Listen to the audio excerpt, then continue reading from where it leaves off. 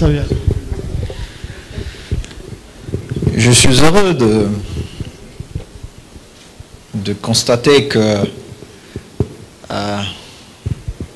il y a encore beaucoup de pression autour de notre belle équipe sénégalaise et beaucoup d'intérêt. Mais je vous rappelle que le Sénégal a joué la dernière finale de la Coupe d'Afrique. Il manquait de peu pour être champion d'Afrique. Et il faut reconnaître ça. C'est que cette belle équipe, avec à sa tête son sélectionneur, frère et ami, elle a bien fait. Maintenant, je ne peux pas prendre position par rapport à un tel ou à un tel pays d'Afrique parce que je suis africain, mais je souhaite beaucoup de chance à mon frère et ami. Je souhaite beaucoup de chance à toute cette belle équipe et particulièrement à un jeune garçon pour qui j'ai beaucoup d'admiration, Sadio, et avec qui j'échange de temps en temps. Je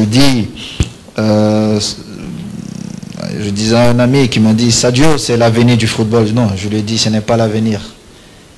C'est le représentant du football africain actuellement. C'est l'un des meilleurs joueurs au monde, si ce n'est le meilleur. Et ça, c'est mon opinion.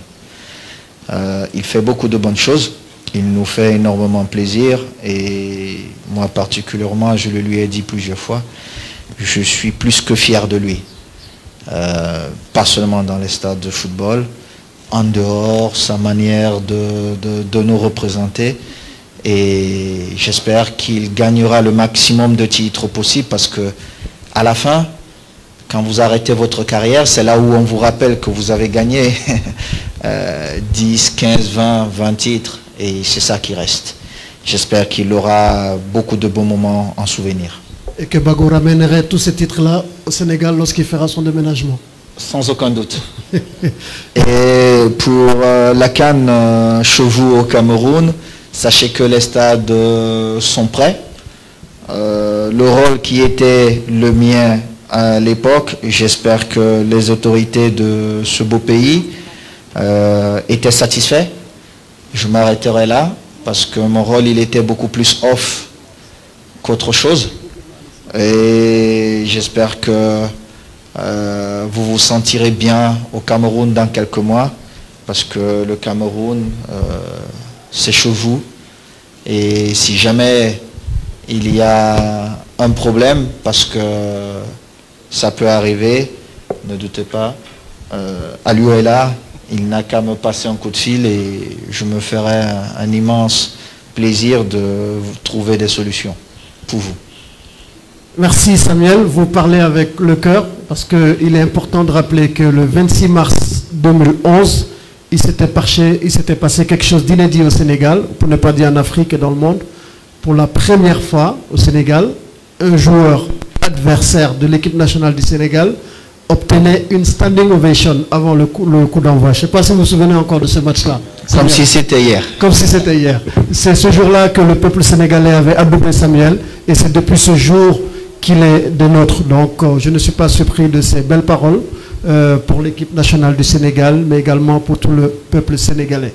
Nous allons prendre une toute dernière question football et ensuite nous mettrons fin à cette conférence de presse. Nous convierons par la suite les confrères à profiter du cocktail qui est offert en leur honneur et vous remercier surtout d'avoir été parmi nous. Question. Bonjour chers amis, je m'appelle Cheikh Gawan Diop, reporter sportif. Ma question elle est destinée à Samuel Eto'o. Tout à l'heure vous avez parlé de Sadio Mané. On a vu que les joueurs africains évoluant en Europe souvent font d'excellentes performances. Mais souvent, c'est peu moins valorisé contrairement aux footballeurs, par exemple comme Lionel Messi, Cristiano Ronaldo, etc. Qu'est-ce qui manque à ces footballeurs africains qui peinent jusqu'à présent, à part George Weah, de remporter le Ballon d'Or? C'est tout simplement la visibilité, parce que si vous l'avez constaté comme moi, les chaînes qui vous montrent les matchs des différents championnats, ce sont des chaînes étrangères. Et on vous parle de Messi qui est comme mon fils, quelqu'un que j'adore, quelqu'un une magnifique personne. On vous parlera de Cristiano Ronaldo, qui est l'un des meilleurs joueurs de l'histoire du football. On vous parlera beaucoup plus des Brésiliens, des Argentins. Et c'est à nous de comprendre les choses. Si vous, journalistes, vous ne parlez pas de nous, les autres ne le font pas. On retourne sur ce que je disais un peu plus tôt. Le problème, les autres sont mieux vendus que nous. Mais je ne pense pas que nous avons moins de talent que les autres. Et très souvent même, nous sommes beaucoup plus performants que les autres. Seulement, si vous déjà, vous ne croyez pas à nous, imaginez donc si nous sommes en compétition avec des Français, des Espagnols, des Brésiliens, des Argentins, nous ne passerons jamais. J'ai eu un débat lors de ma sortie quand j'avais pris position en disant pour moi les meilleurs n'étaient pas là. Il s'agissait de Sadio Mané et de Mo Salah. Et c'est vrai pour moi cette année, même si j'adore au-delà de tout Lionel Messi, et il le sait, pour moi les meilleurs cette année c'était Sadio Mané et Salah. Mais est-ce que vous-même vous étiez convaincu de cela? Vous-même vous avez voté pour les étrangers. Donc ne venez pas me poser à moi la question, discutez entre vous, parce que vous avez ce pouvoir de voter. Certains d'entre vous ont ce pouvoir-là, de voter. Mais ils vont vous dire, non, pour moi, Messi était le meilleur, Cristiano Ronaldo était le meilleur. Alors, que voulez-vous que je fasse si vous, journalistes, qui avez la possibilité de nous rendre, en quelque sorte, ce que les autres ne nous donnent pas? Parce que c'est vrai. C'est vrai. À une époque, je ne sais pas si tu te souviens, j'étais assis comme ça lors d'une conférence et puis un ami, quelqu'un que j'adore, Pierre Ménez, il m'a posé une question, il m'a dit, ah, mais Thierry Henry est arrivé au Barça, alors est-ce que tu vas partir? J'ai regardé Pierre comme ça et puis dans mon cœur je disais, non Samuel, c'est ton frère, c'est ton ami, ne le tacle pas. Et puis j'ai dit, Pierre, même ma grand-mère peut jouer au Barça, mais pas comme avant-centre, parce que je suis le meilleur. Mais quand vous dites, vous, Africains, que vous êtes le meilleur, on dit, oh, il a la grosse tête. Les autres ne nous reconnaissent pas. Malgré toutes les performances que nous apportons, malgré toutes les performances que nous présentons, on ne nous reconnaît pas. Parce que nous sommes des êtres de seconde zone. Ça, c'est une vérité. Elle est là. Vous avez des Africains qui sont tellement brillants, mais on vous dira, non, non, pas pour le moment, on va voir. Mais quand il y a un intérêt pour prendre un peu d'argent dans notre continent, et alors ils vont prendre ils vont le mettre en avant, juste pour l'utiliser. Et celui qu'on utilise là, à ce moment-là, il se croit le roi du monde. Il oublie juste qu'on est en train de l'utiliser contre ses propres frères. Moi, le football m'a donné quelque chose. La liberté, le choix. C'est ça que le football m'a donné en fait. Et ayant ce choix-là, je dis les choses comme je les ressens. C'est mon opinion, c'est mon avis. Parfois, ces choses sont choquantes, même pour vous. Mais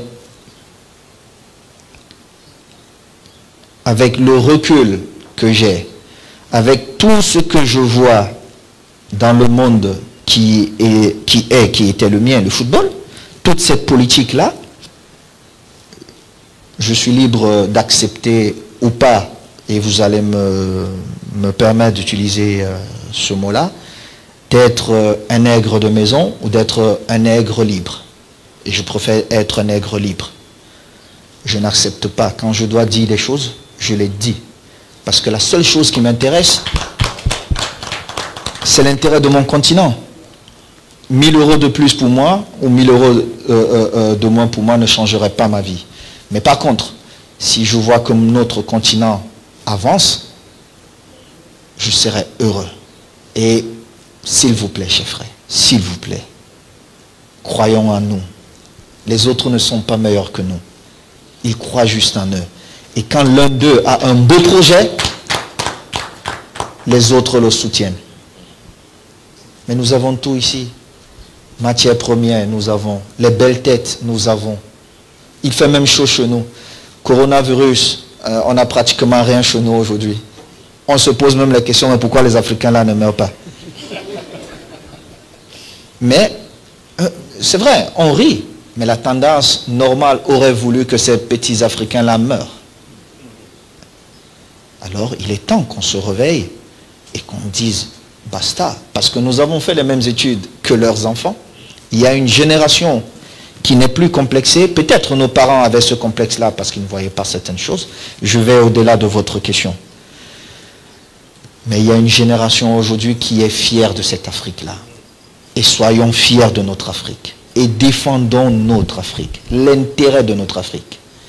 Aujourd'hui, la politique, c'est l'intérêt. Où est notre intérêt?